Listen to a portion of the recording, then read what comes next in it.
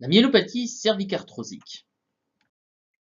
Il n'y a pas de prérequis pour suivre cette capsule, mais par contre, vous pourrez regarder les autres capsules qui sont sur des thèmes proches, hein, comme les névralgies cervico-brachiales, le syndrome cervical aigu et chronique, etc. Vous pouvez les lire ci-dessous. L'objectif va être de maîtriser les conséquences relatives aux cervicalgies communes et à la sémiologie correspondante pour l'intégrer dans votre diagnostic d'opportunité.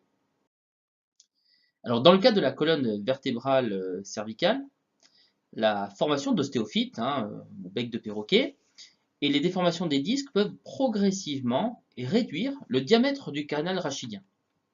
Ce rétrécissement aboutit à une compression progressive de la moelle cervicale, ainsi que des racines des nerfs à destination des membres supérieurs.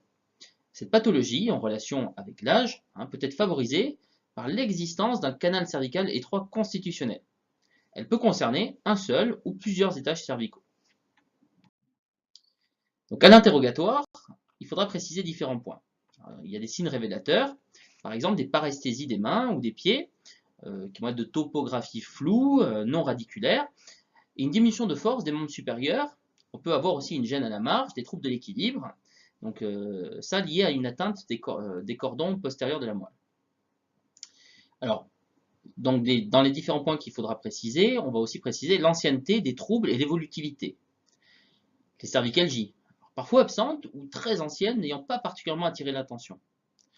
On peut aussi avoir un retentissement sur la vie courante, sur l'autonomie, la marche, les transferts, le travail, l'utilisation d'un véhicule. Ensuite, il sera intéressant d'avoir aussi les traitements qui ont déjà été proposés. L'examen clinique neurologique met en évidence des signes d'atteinte médulaire. Il va en préciser la sévérité et permettra de classifier l'état neurologique actuel du patient.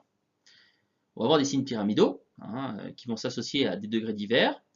Donc il faudra rechercher les réflexes ostéotendineux aux membres supérieurs et inférieurs. On verra qu'ils pourront être vifs, diffusés et polycinétiques.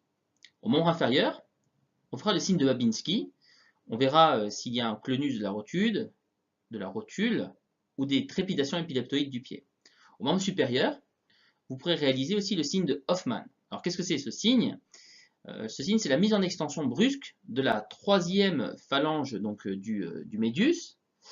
Et cela entraîne, quand on le met en tension, une flexion du pouce.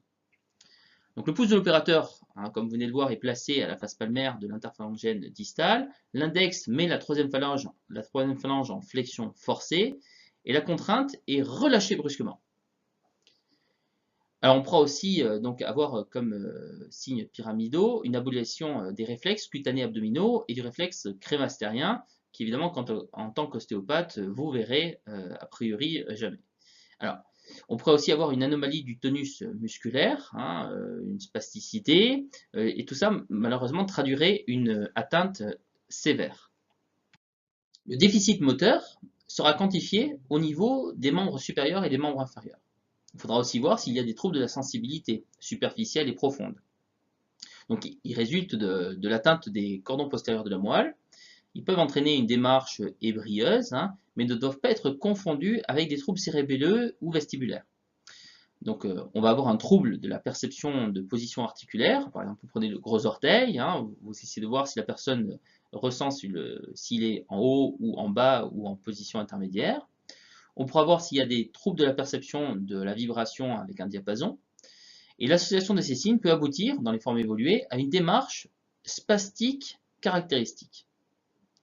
L'examen du rachis, alors il apporte généralement peu d'informations, on n'a pas forcément de douleur, et on peut avoir par contre une raideur dans tous les secteurs de mobilité.